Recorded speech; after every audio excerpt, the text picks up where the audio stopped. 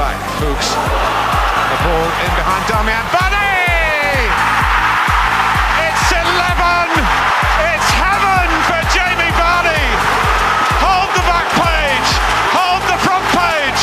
A Leicester player has smashed the record! So he's managed it. Jamie Vardy is a record-breaking man for Leicester City. Many predicted that he wouldn't do it, but he proved the doubters wrong. From non-league to Premier League, record-holding man in just 4-5 seasons. I'm Jamie Hobson. And I'm Dan Godfrey. Plenty more to come. So then, Dan, Jamie Vardy, record breaker. Can you believe it? No, not really, because Ranieri's obviously got the best out of him. He's given him that new lease of life. Last season he showed shades of brilliance, but didn't really get the have the confidence or the chance or the consistency to perform it on a more regular level. And people thought, he won't break Van Nistelrooy's record because they got a tough run of games. But then he goes and scores against Man United, who ironically are Van Nistelrooy's old club. He'll probably go and score in a couple more games in a row just to sort of prove the critics wrong even more. But he's just sort of one of us who's come up through the leagues, and he's done remarkably well. Well, yeah, but Leicester's form has been concentrated, obviously, around Vardy's extended run of scoring in ever so many games in a row.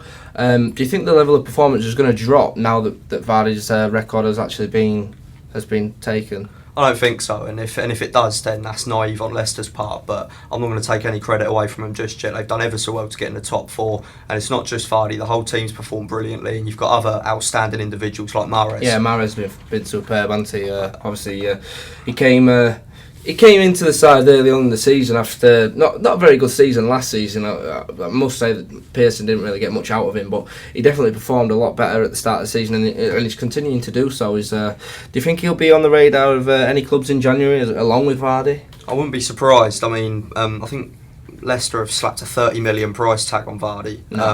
No chance. I think that's what rumours have it, but I can't see why they would need to sell him, let alone want to sell him. Yeah. But as for Mahrez, he's one of those gifted players that's more likely to move to Europe. Vardy seems like the sort of player who would just be more comfortable and more suited to playing in the Premier League. Like a Spurs or like a Liverpool? Yeah, Spurs and Liverpool are good examples that you've used because they're two clubs that tend to pick up players from Liverpool other Premier picked up League Danny sides. Ings, didn't they? It was obviously a big gamble. It's not quite paid off just yet, but it's a bit too early to say that. Obviously, he's only been there for about 3 months, and obviously injured as well. So when he was playing, he seemed to play all right. But you could obviously talk about players like Charlie Austin. People not really gambling on that type of player, but obviously when a player such as Vardy at Vardy's level is scoring goals against Premier League opposition. Obviously, he scored twice against Arsenal. He scored against Manchester United, so he can do it. Do you think he'd be even better around players that are, as you could say, world class? Yeah, I think Vardy's that sort of hard-working, tenacious player who will feed off anything that any top player gives him, like the supply he's had from the Leicester midfield. Obviously, they lost Cambiasso, didn't they, Leicester? So that was difficult for them. I think Drinkwater's been very underrated this season. Yeah. I think they were instrumental in him staying up last season, but this season just looks a completely new player. Drinkwater's an established Premier League player in my eyes, and so is Michael Brighton as well. Yeah, of course. He's been fantastic this season. So, and we just mentioned Mahrez, and that's not just it. Leicester have hard working quality all over the pitch. So I think Vardy's that type of player that will be able to feed off any top quality delivery, any sort of help that he can get. So I wouldn't be surprised to maybe see in January, perhaps a little bit forward thinking, another Premier League club putting in a very decent bid for Vardy, and then maybe they could pick up Charlie Austin, because I think he'll leave QPR in January. Yeah, he deserves to be playing in the Premier. Yeah, he does. He's proven it as well that he can play at that level. But the record forgotten about, it's actually a really crucial point for Leicester in terms of the team that they played. Manchester United obviously not been on bad form themselves. They're up there as well. United could have gone top with a win, so could Leicester. So it was a crucial game for them both, and obviously like a point is probably the deserved result for both sides. How important is the point at this stage in the season, where obviously Leicester have got such a crucial few games coming up? They've obviously got to play Manchester City as well. In the context of the season in the long term, how important was a 1-1 result? I think that they ground it out, and they'll be happy with the draw. Yeah, of course. no matter how well they've been doing and how much their fans kind of believed that they could actually beat Man United, and the fact that they took the lead, I think they'll be far happier with the 1-1 than United will. Leicester obviously won't have that mentality the same as other sides do, but well, you've got a bit of Siri going off the background there, but like Leicester are that sort of, I still think they'll make the top 7. I've been disagreed with even by Leicester supporters themselves over whether they have the credentials to finish in a European place, and obviously it depends on how other Premier League sides get on in the cup competitions, how many, whether it's 5th, 6th or 7th. I think they'll finish in top 7 now. Obviously, if they can get, they've got 5 crucial games coming up against some good opponents. Obviously, I touched upon Man City. If they can take, I'd say 7 points out of the next 15, I think they'll be definitely up there by the end of the season. You see teams starting well in most seasons and dropping off by mid-November, but they just don't seem to have lost any fight, and they just continue in this great form. And obviously, we talk about Leicester a lot on the podcast, but they deserve it. They deserve the recognition that they're getting. Obviously, Ranieri's worked wonders with the team. He's not had the brilliant budget that the likes of the top 4, top 5 Premier League clubs have, like Arsenal, Manchester United, Man City, Liverpool, Tottenham, Chelsea as well. Obviously, we'll touch upon Chelsea later. But they just really, really do deserve to be where they are. And Vardy's been instrumental. Yeah, I think they're that sort of underdog that everyone's cheering on, like supporters of the other clubs around them that are fighting for the title this season might not pay attention so much to Leicester's results still as everyone else, because obviously, like, let's be realistic, Leicester aren't going to win the league. Well, no, obviously top 4 looks unlikely, but you can never rule them out. Yeah, obviously, and if you'd have said to a Leicester fan at the start of the season, you're going to be borderline Champions League, Europa League, or even if you said to a Leicester fan at the start of the season, you'll be fighting for Europa League position, they'd have snapped your hand off. Because most Leicester fans would have gone into the season thinking, oh, it's going to be another relegation dogfight, we're going to be trying to keep up with the likes of Watford, Bournemouth, and all the rest of it. Many bookies, as we said in the past few weeks, tipped Leicester to be one of the favourites to go down. And now they're up there as one of the favourites to finish in Europe. So just shows a massive turnaround. Yeah, and Leicester were unlucky in their relegation fight last season. Like, at times they were bottom of the league with a couple of months left of the season. Yep. And everyone just expected them to pick themselves up and stay up anyway because of the performances they've been putting in. But they did, and they steered well clear in the end.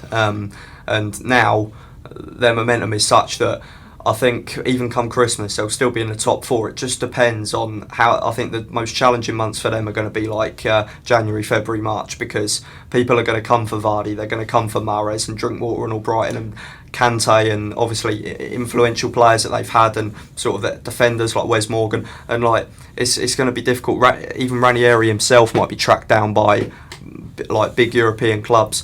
But so I think Leicester have just got to try and get through those 3 months without getting humiliated in any games by teams. Like, I can still see Leicester getting beaten in 1 or 2 games, about 4 or 5-0 by someone like Man City. But I hope that doesn't happen. I think if Leicester can survive what's going to be a tricky spell for them, then they can maintain a spot in the top 7 come the end of the season. Well, the result left Leicester joint top with Man City. Obviously, Man City got a solid result. We'll talk about Man City in a short while.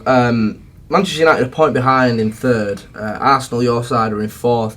Obviously, Arsenal dropped points. Yeah. Well, you could say drop points. Definitely in the context of how the game went. I watched the game myself, and I don't understand how Arsenal didn't win the game. But a poor second half again. We've seen that 2 weeks in a row now. Obviously, West Brom last week, and was it Swansea that they played this week? Norwich that they played this week. Obviously, Norwich, you should say, that's an easy 3 points. When Liverpool played Swansea, obviously they cruised past with a 1-0 victory.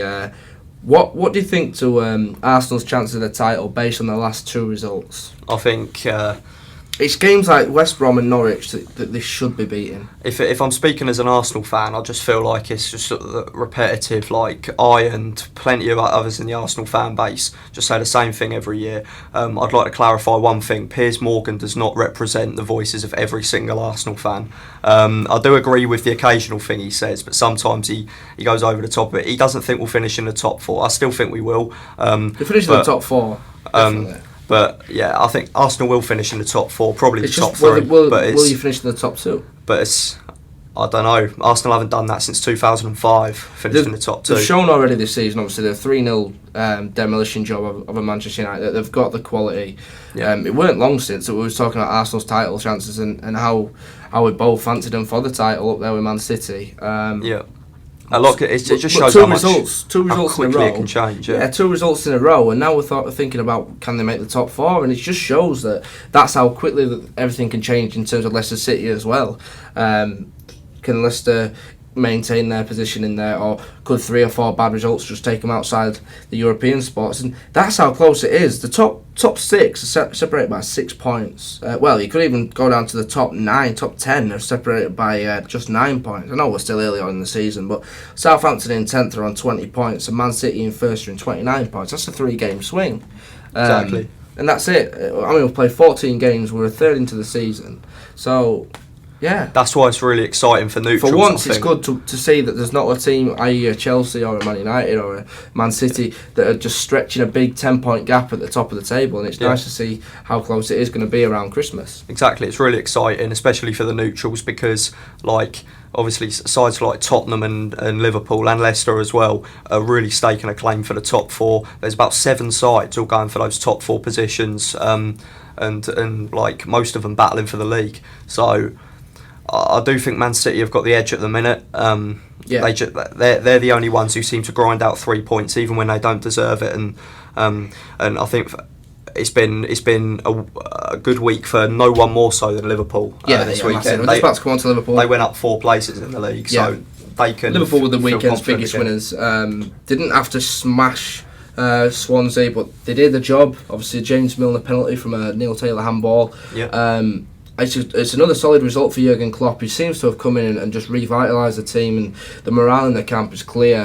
That the positivity is something that they just didn't quite have under Brendan Rodgers whilst he was at the helm this season. A 1-0 result, can't really take much away from it in terms of positives, other than obviously teams like Swansea at home are the games that you should really be winning. But in terms of Swansea, Gary Monk's obviously struggling now to keep the press off his back in terms of his job and whether he deserves to be at Swansea. He did work wonders last season, the season before, and when he was thrown into the deep end. But do you think it's time for somebody new to come in and potentially keep Swansea, keep the reputation? I personally don't think it is, because I think Monk exceeded expectations when he took on the role. He was an inexperienced manager, as you say, getting thrown in at the deep end.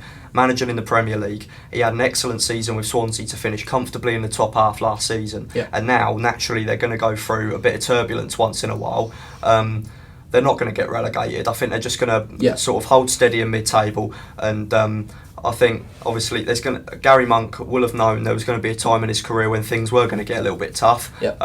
But they were by no means battered by Liverpool. No. They put up a good fight, and they've been unlucky in plenty of games this season. Obviously, Gomez was scoring goals. He was free scoring like Vardy was at the beginning of the season, and Lukaku as well. They were all up there. His replacement, Ada's really struggling to get goals, and that's a massive part of Swansea's game. Obviously, the missing Gomez, you could say, but the missing his form. They brought in Ada, who's been playing occasionally, and he's just not quite found the back of the net.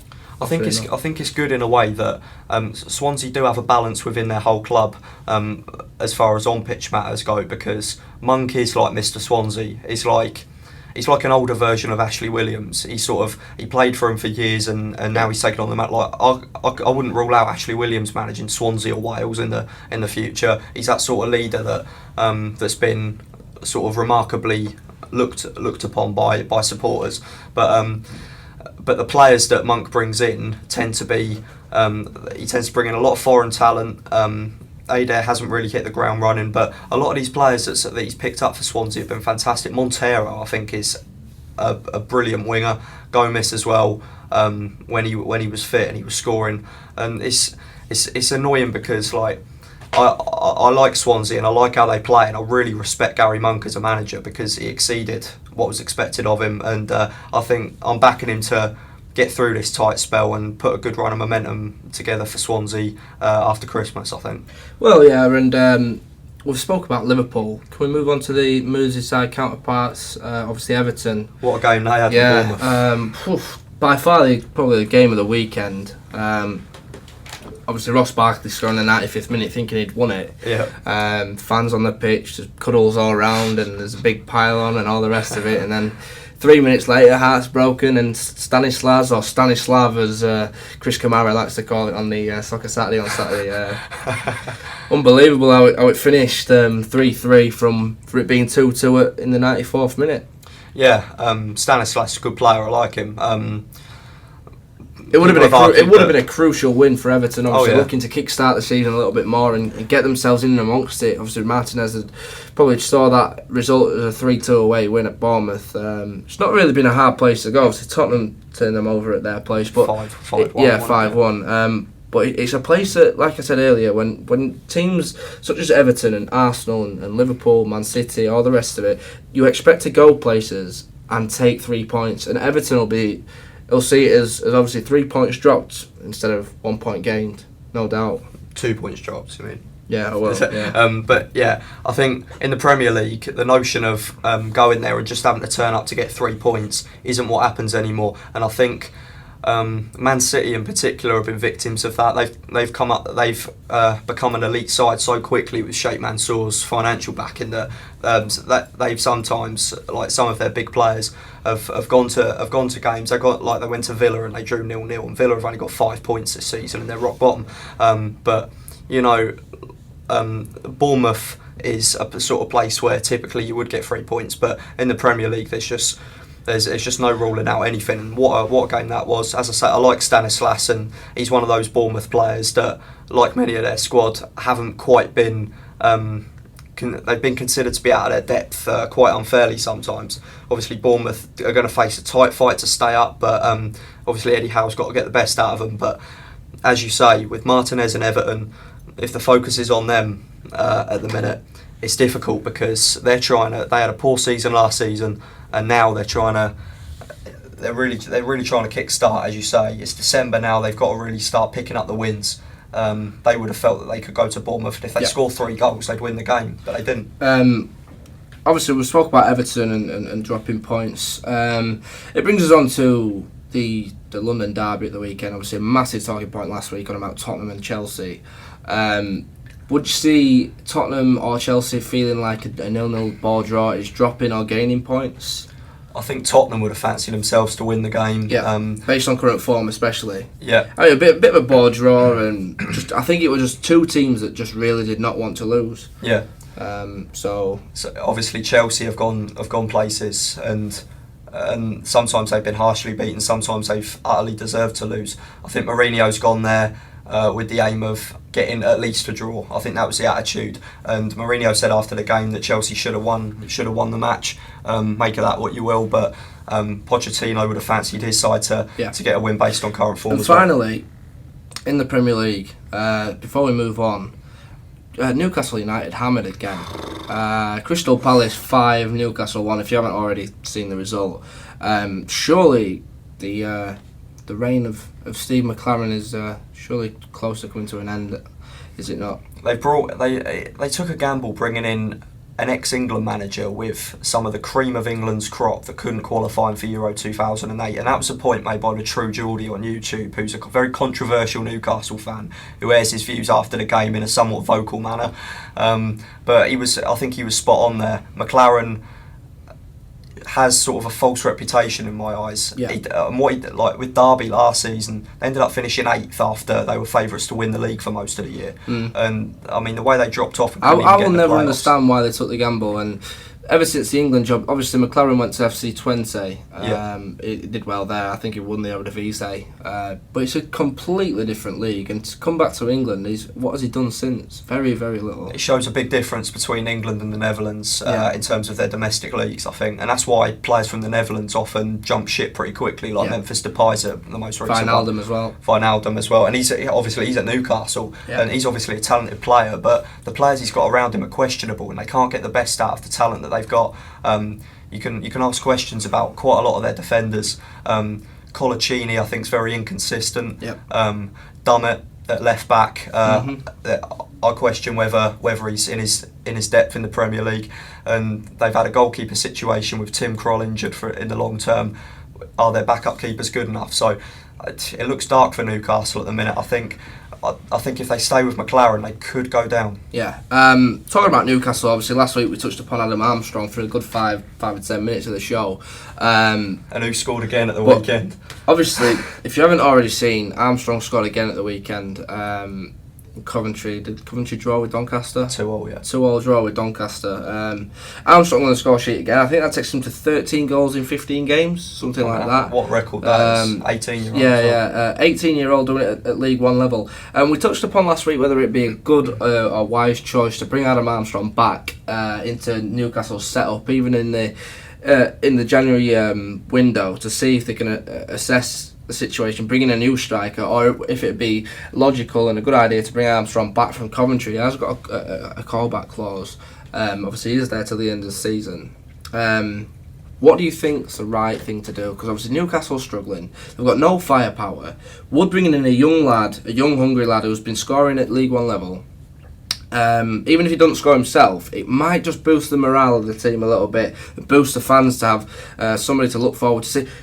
A good example of it's Duncan Watmore. He came on at the weekend for Sunderland, and he scored. He's a very similar age, similar player, similar style, and he came on for Sunderland at the weekend, and he scored. And I really honestly think that Armstrong could do the exact same thing. Yeah, I think we're gonna actually move on shortly in the show to prospects in the Premier League. So obviously we'll bring Armstrong back into the discussion then. But what we were saying, like, about Watmore at Sunderland, the Sunderland fans love him. They love his attitude. They love what he does for the cause.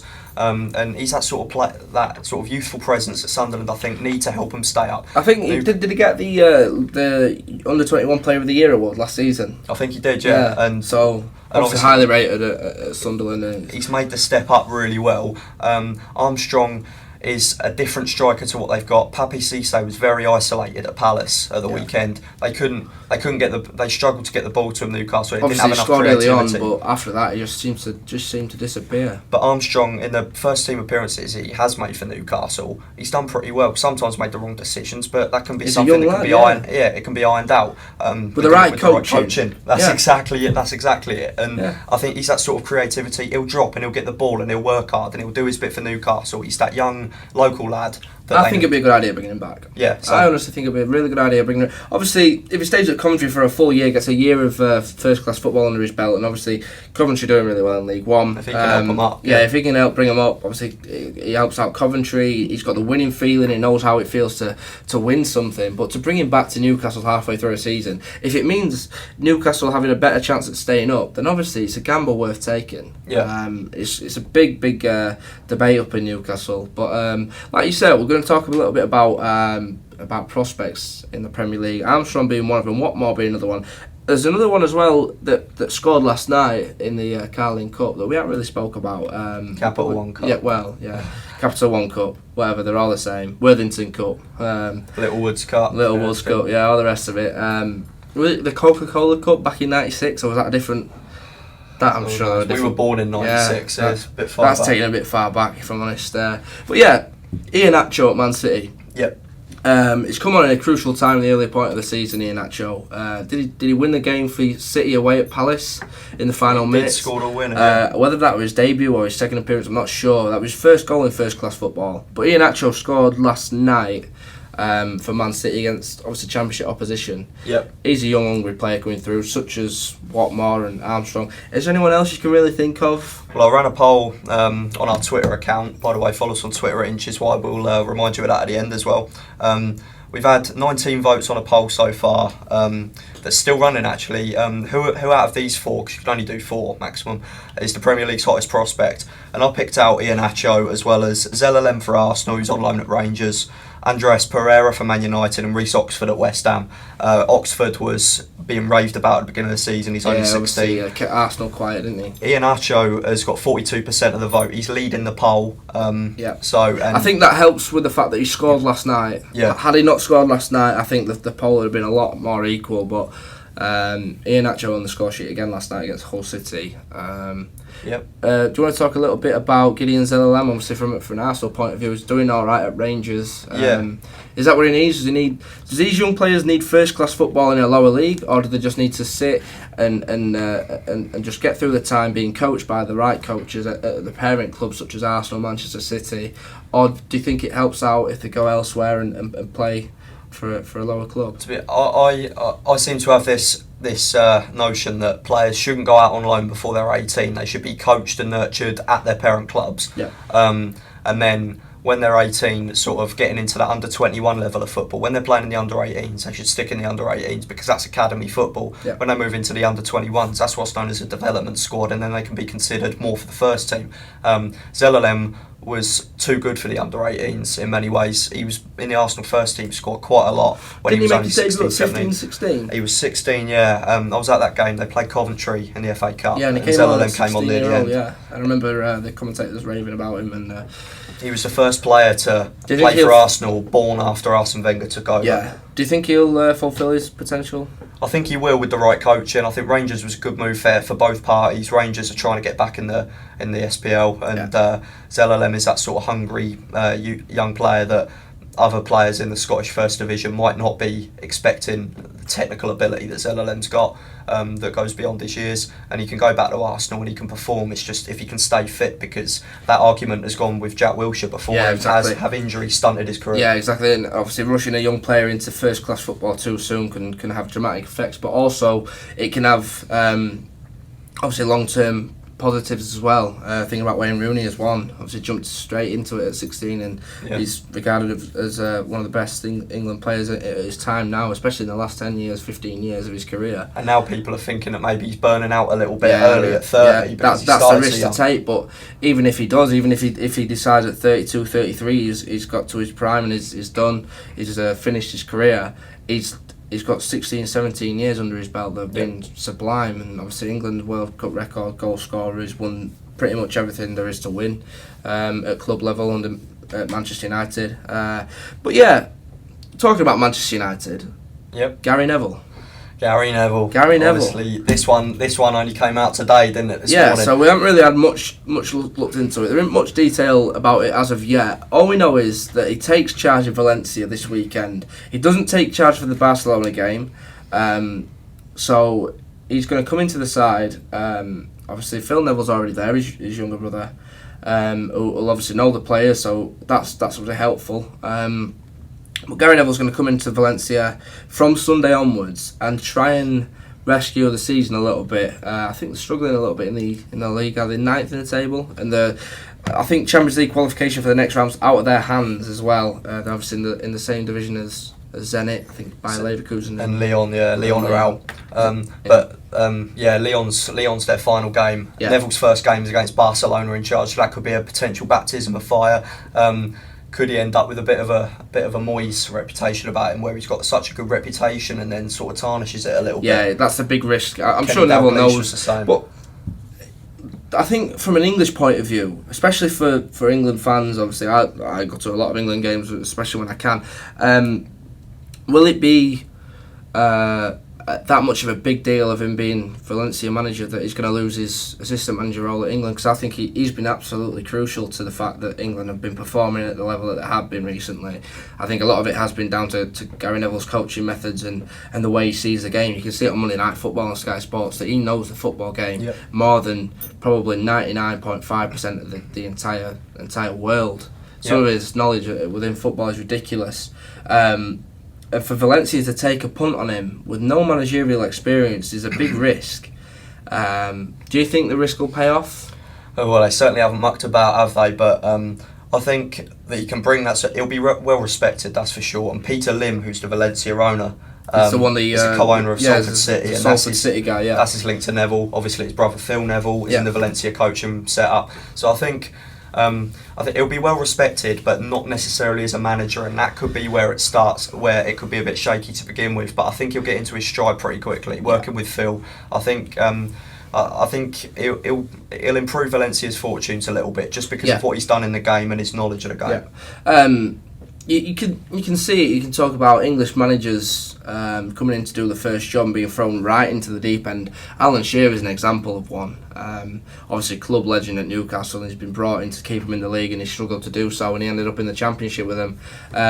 Gary Neville's going to Valencia, to one of the top clubs in Europe. I consider him to be in the top 16 in Europe. At the moment, and he's just jumped straight in there with no real experience other than an assistant manager's job at England as an England coach. Maybe it's just one step too far. I'm not sure. It could be, but it might not be. What else are gambles for? We'll see how that one pans out. David Moyes at Real Sociedad didn't quite work out that's the way what I they mean. desired. You don't really see many English managers abroad. However, he is the assistant manager at England, and Roy Hodgson went abroad and worked wonders. So obviously, he might have had some advice from Hodgson People do forget how long Hodgson's managerial experience has gone on for. So obviously, Hodgson's probably been instrumental into talking Gary Neville into taking the job. He knows it can be done for an English manager to go abroad and earn the respect. Bobby Robson's another one with Barcelona. He did well there. But yeah, it's obviously a big talking point, and you can't really say much at this point because none of us know how Gary Neville's going to fare in that type of league, in that type of environment. I, for one, wish him all the best. Obviously, an ex-Man United player, Leeds United fans say, no, I wish an ex-Man United player and all the best, but he's just a character in football, and he knows his stuff, and he's done well at England, and I honestly wish him all the best, and I hope he does a fantastic job with his brother Phil. Yeah, I hope so too. My respect for Gary Neville has gone up since the views he puts across on Sky Sports. His punditry is world class. I find difficult to argue with a lot of the time. His knowledge of the game, his depth of the game is fantastic. So obviously, do wish him the best, but I'm interested more than anything. I'm intrigued more than anything, and it's a disappointment not to see him on Sky Sports, to be honest. Yeah, that will be a big miss, a big gap to fill. Finally, we're going to talk quickly about the Carling. Well, not Carling Cup. I've done it again. Just call it a League Cup. I'm having a mare there. Jeez. But yeah, the League Cup, as Dan says, last night. Obviously, Man City rolling their Hull over 4-1. Was it in the end? 4-1. There was a few late goals in that. Yeah, I think they managed to score in the end. For Hull. De Bruyne again performing well for Man City. He's seemed to have been a good gamble that's paid off. What player he's been. Revelation. But yeah, tonight there's Liverpool-Southampton. Obviously you could say an all-Premier League semi-final, so it'd be an all-Premier League final as well, with Hull City going out last night, obviously Sheff Wednesday going out, and Middlesbrough as well. It's a shame one of them couldn't go through, to be honest. But it could end up being a really strong final here. You've got to look at the teams left in it. Man City are still in it, Everton are in it, Stoke City, Southampton and Liverpool. Obviously Southampton and Liverpool are decided later tonight. By the time this has been uploaded, it'll probably be mid-game. But yeah, Southampton-Liverpool predictions. It's a difficult one because it's at St Mary's. Liverpool still have that sort of whole Southampton feel about them. The players that Brendan Rodgers has brought in, that could help Liverpool quite well. They're on good form though, and Southampton obviously the favourites for this game. So yeah, Southampton are favourites, and that's interesting because I think they're still I think they're still getting to grips, the bookies, with what Klopp has actually brought out of the Liverpool's. I think last season Liverpool wouldn't have beaten Swansea at home. No, I don't think they'd have won that, to be honest.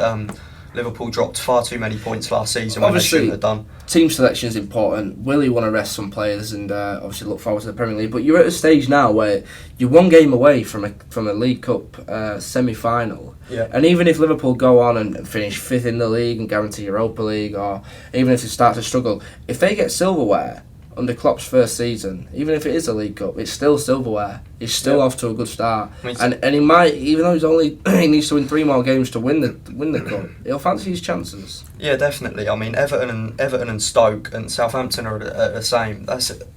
They're sort of looking at the domestic cups as them sort of prime opportunities for trophies. Yeah. Southampton will really be fancying their chances because they're at home. They'll have the crowd behind them, and then obviously it's a 2-legged semi-final, so they've got to keep players fit. Yeah. Obviously, the amount of games that Liverpool are playing as well, with them being in the Europa League as well. Yeah. Will that end up being a big long-term problem for them come the end of the season? It could be. It could be. Tiredness amongst players as well.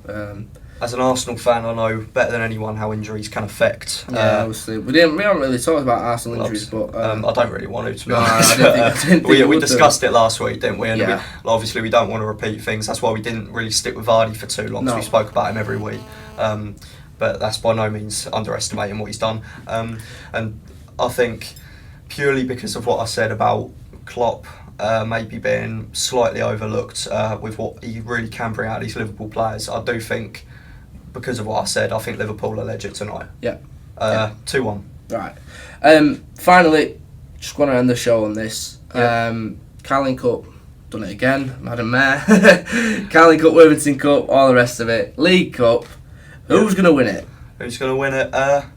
Man City. Man City? Yeah. I'm going to go with, if Liverpool can beat Southampton tonight, Liverpool will win it. If not, I think Everton will win it. I think it'll be a Merseyside club. Yeah. Right, we'll keep that. So honestly, listeners, episode 3, when it rolls around to late February, early March, League Cup final, you go back to this. Man City will win it. Mark my words. I think Merseyside club all day. I think it's about time that Everton finally win something. So I think they'll be there or thereabouts. And obviously, we'll make it clear that we're just going to end it here because there weren't quite as many talking points, and we're going to be flexible with the episodes. They're not all going to be strictly just like an hour long. We will just sort of move up and about, and obviously it depends on where we are relying on university technology. Let's not forget we are students, and we're doing this off our own backs on a tight radio schedule. Yep. So obviously next week we'll talk about as much as we can.